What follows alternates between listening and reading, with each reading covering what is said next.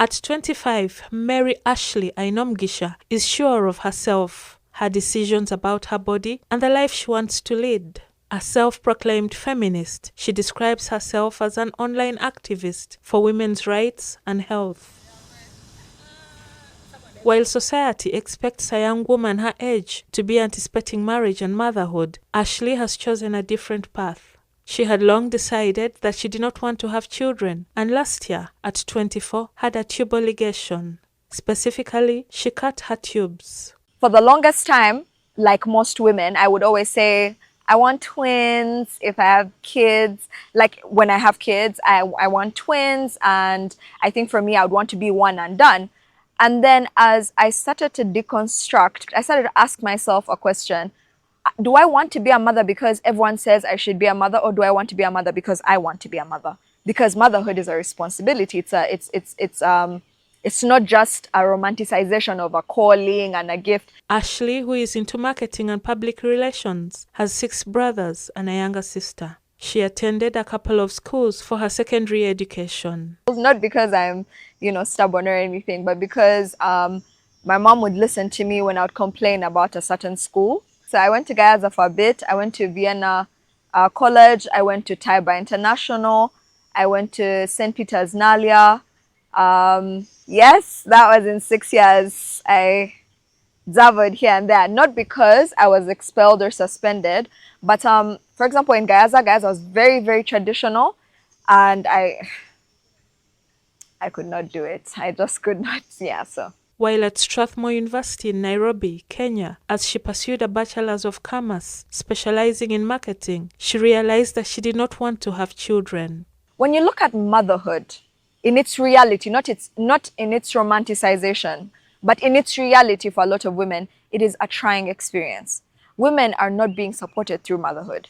Women are being abandoned with their children. The statistics of single parents, single moms in this country is insane. When she discussed her convictions with friends and family, there were mixed reactions. I'm a firstborn, so I speak to my mom's friends and like grown women. I've always been around them, so I've always listened to their experiences and the things that they share. I think with my mom, it was a bit of a mixed reaction, and I can understand where she's coming from. I don't think she necessarily has to understand it for it to still be the right choice for me. Ironically, the feminist says she does not hate children. I respect children as an entity, and I think children should have mothers who wanted them, because we have a lot of children walking around today whose parents didn't want them, and that's the conversation we're avoiding. And so I refuse to engage in something that, one, I don't even want for myself. I don't want the responsibility of having a child.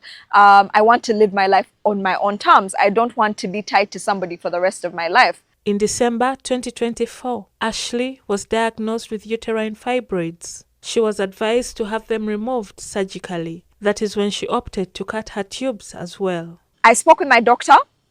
She gave me all the options. She said, look, I can even put for you a copper IUD because you don't want hormones in your body, so that you don't have this. I said, no, I want to live like somebody who has already decided. I even signed a consent form saying that I have been given repeated, more information than not about any other form of contraception, and this is the one that I have chosen. She says her doctor asked what would happen in the future if she met a man who wanted to have children with her. I said, then I have to meet somebody else, because there are a plethora of guys. And by the way, I want us to remember that this generation that is cropping up, there's so many men that also don't want children. When she woke up from the surgery, the first feeling was one of liberation. She had broken the chains that tied her to motherhood as dictated by societal norms. I felt the weight of being afraid of being trapped with some man and a child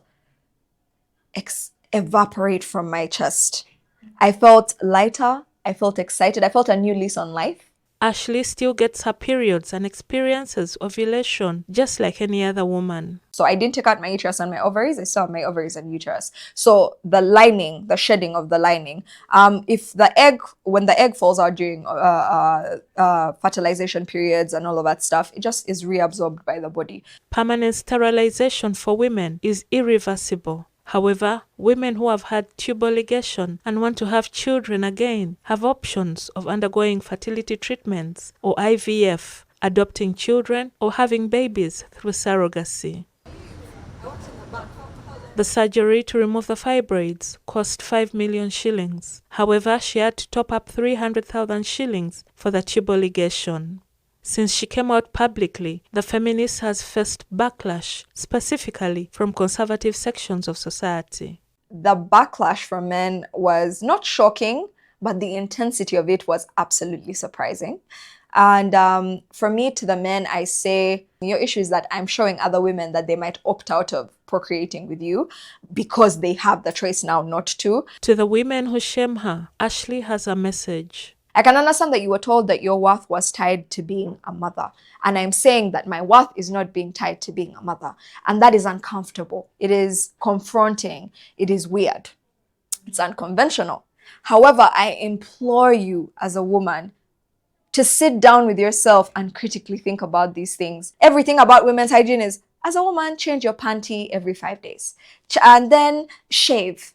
And then as you must pull for a man. And what are we talking about? Like, guys, we're not talking about the real things on ground. Tubal ligation among women who already have children has been lauded as a procedure that allows women to be productive, improve their socioeconomic status, and participate actively in income-generating activities due to the fact that they can manage their families. However, misconceptions about the procedure still exist due to societal pressures, myths, and a lack of support. GILLIAN NANTUME, NTV Tonight.